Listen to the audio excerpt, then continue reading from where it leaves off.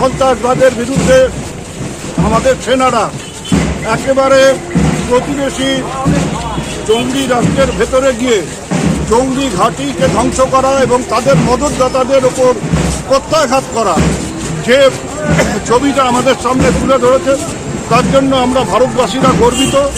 এবং আমরা বাংলার মানুষ গতকাল এবং আজ সারা রাজ্য জুড়ে বিভিন্ন রাস্তায় নেমে মিছিল করে আমাদের সেনাদের, আমাদের যারা সামরিক বাহিনীর সাথে যুক্ত, আধা সামরিক বাহিনীর সাথে যুক্ত, যারা এইভাবে দেশপ্রেম দেখিয়েছে, যারা বীরত্বের সাথে এই লড়াই করেছেন, তাদেরকে আমরা আমাদের প্রণাম জানাই, তাদেরকে আমরা আমাদের শ্রদ্ধা জানাই এবং আমরা তাদের পাশে আছি। এই বার্তাটাই আমরা তাদের আজকের এই শোভাযাত্রার মধ্যে দিয়ে তাদের কাছে পৌঁছে দিতে চাই।